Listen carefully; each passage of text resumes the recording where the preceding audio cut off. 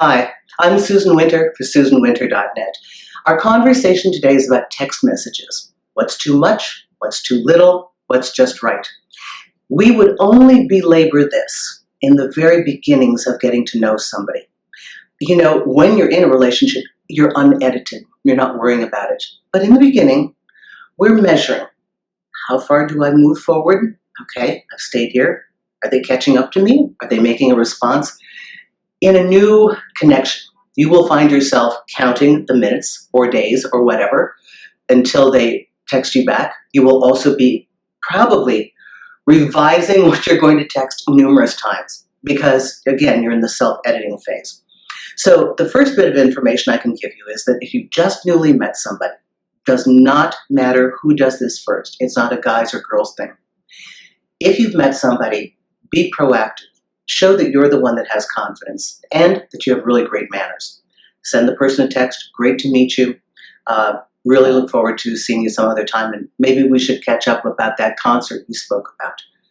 You know, throw the first ball over the net. This is how you show that you have a command and you're fearless. It doesn't look weak and needy. In the first time, you don't ask to meet right away. You do a thank you, nice to meet you. You might make a generic offer. You know, if you had a conversation about something specific, a group, a function, a thing, a place, you know, if you met at a certain watering hole, yeah, I'm going back to Tony's bar on Friday, maybe I'll see you there. That's a really backhanded way of saying, I'd like to take you out, but I'm afraid to ask you out. So please make the first contact. At least say thank you. If the guy bought you a drink, thank him. If the woman spent a long time talking to you and gave you her number, tell her it was lovely speaking to her. So that's one. Do make that contact. Two, you worry about how much or how little. Okay, guys, you tend to always default to being terrified to text us. You default to trying not to look like you care. And I know that your guy buddies have been telling you this is what's cool, but honestly, a real woman who's not playing games, if you've met her and you took her number and it's been a day or two and you haven't called her, you know, she is so irritated already. And whether you know it or not, the animal wisdom in her, just as an animal, doesn't view you as an alpha anymore. Don't think you're getting points for being nonchalant. Now you're getting a-hole points. Okay, those are in the negative. If you want something, go after it. Show that you're courageous and straightforward enough. Women love that. So let's understand that men tend to communicate verbally less. Right? And men probably use texting for logistical things and a check-in or are you there? You know, that comes later. But at any rate, so ladies, don't feel badly if you're not getting a lot of flowing conversations.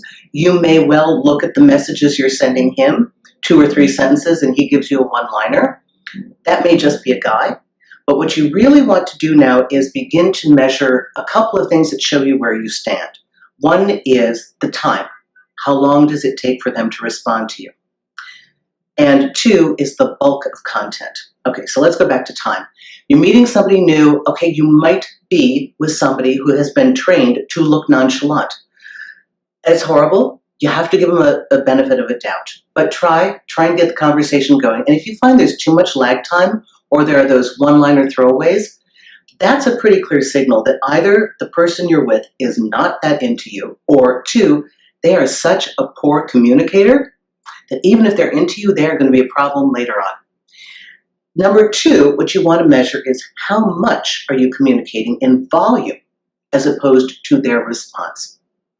I oftentimes see the person who cares more is the one with more detail. I've read text messages from my guys. Yes, guys. When they care for a woman, they go on and on. And the text message is like this, right? And the girl's response is like that. She's trying to blow him off.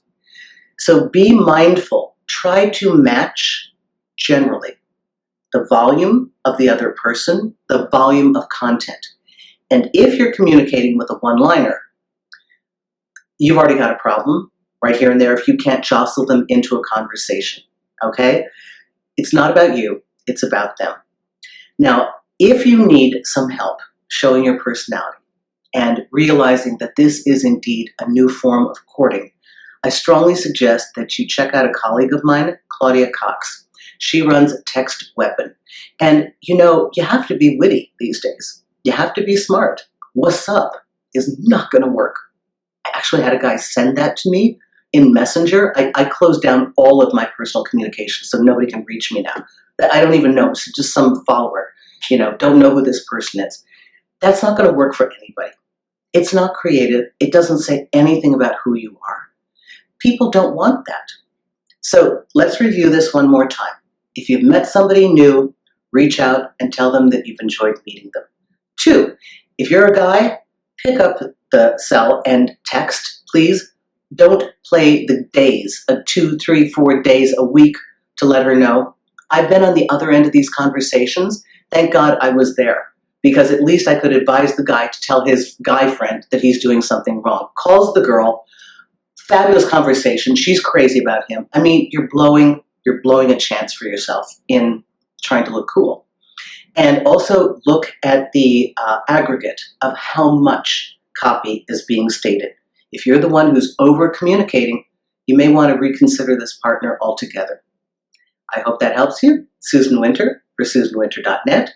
And if you put all those pieces together, you're going to get the texting that is just right. Thank you.